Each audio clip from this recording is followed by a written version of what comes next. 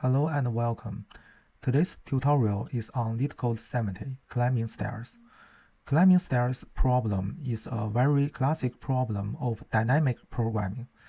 In this video, I will walk you through two different solutions in PHP and explain the time and space complexity. First, let's explain the problem. You are now climbing a staircase. It takes n steps to reach the top. You can climb either one step or two steps. So in total, how many distinct ways can you climb to the top? For example, if there are two steps to reach the top, you can either climb one step plus one step or two steps directly. So there are only two ways to climb to the top. If the staircase is 3 steps, you can climb one step plus one step plus one step, or one step plus two steps, or two steps plus one step. So in total, there are 3 distinct ways to climb to the top. Let's now dive into the first solution. If we have n steps, then we can assume that we have fn distinct ways to reach to the top. And if we have n minus 1 steps, we have fn minus 1 ways to reach to the top. If we have n minus 2 steps, we can assume we have fn minus 2 ways to reach to the top.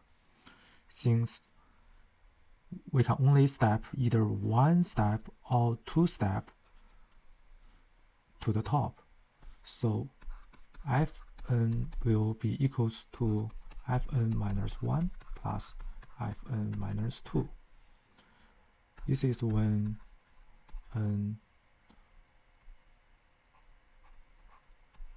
larger or equals to 3. So when n is 1, f1 will be 1. And when n is 2, f2 will be 2. Since we can step one step plus one step or two steps directly. So now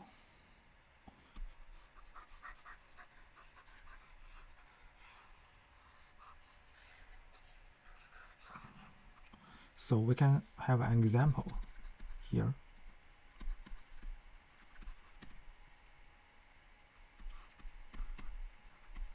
Let's have an example. If we have 5 steps in the staircase, then f5 will be equal to f4 and f3. And f4 will be equals to f3 plus f2.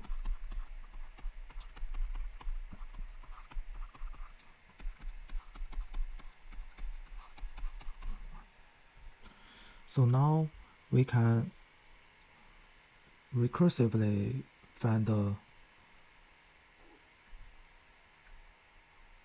fn minus 1 and fn minus 2 until we get the root to be the leaf node equals to f2 or f1. And then we can calculate all the nodes recursively and then get f5. But if we use this method, the time complexity will be big O n square. Since we calculate lots of numbers twice, for multiple times. For example, we calculate f3 here, and we calculate f3 here too. So the time complexity will be big. So in order to avoid repetitive calculation, we can introduce a HashMap. In this HashMap, we can store all the number of steps and the distinct and the calculated distinct ways. So if we only have one step, then there will be only one way. 2 steps will be 2 ways. 3 steps will be 3 ways. 4 steps will be 5 ways.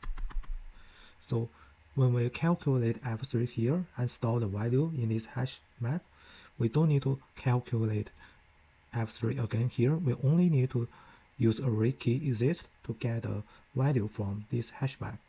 So in this way, the time complexity will be big O n. And the space complexity, since we create a hash map with length n, so the space complexity will be big O n. Let's now dive into our second solution. It's called iterative dynamic programming. In our first solution, we try to calculate the result from the top to the bottom. But in our iterative dynamic programming, since we already have f1 and f2, then we can use f1 and f2 to get the value of f3. And then we can use the value of f2 and f3 to get the value of f4 until we get the value of fn. So in this way, we calculate the result from the bottom to the top.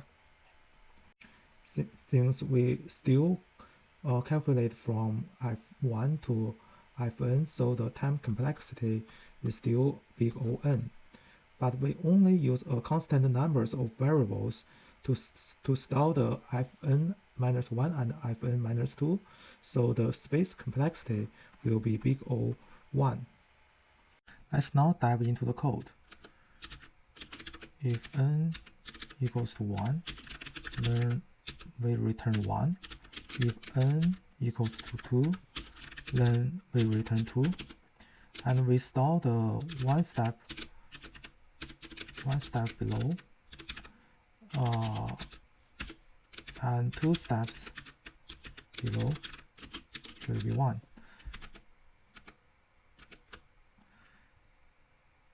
So if n equals to 3, then 1 step below will be f2, which is 2, and 2 steps below will be f1, which is 1. And then we introduce a new variable, I. We can start from 3, and when I less or equals to n, we can iterate the loop, and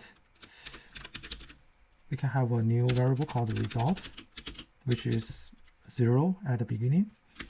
And when we iterate this loop, the result will be equals to 1 step below and plus 2 steps below.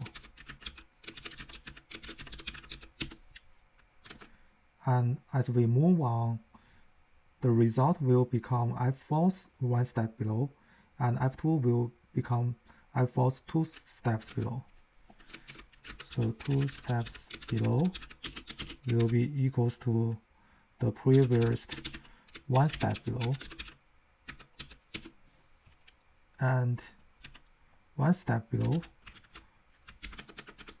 will be equals to the previous result.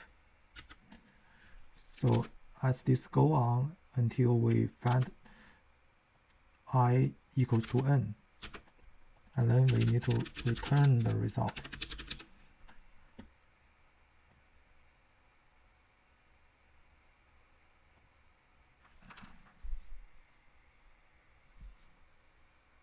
Okay.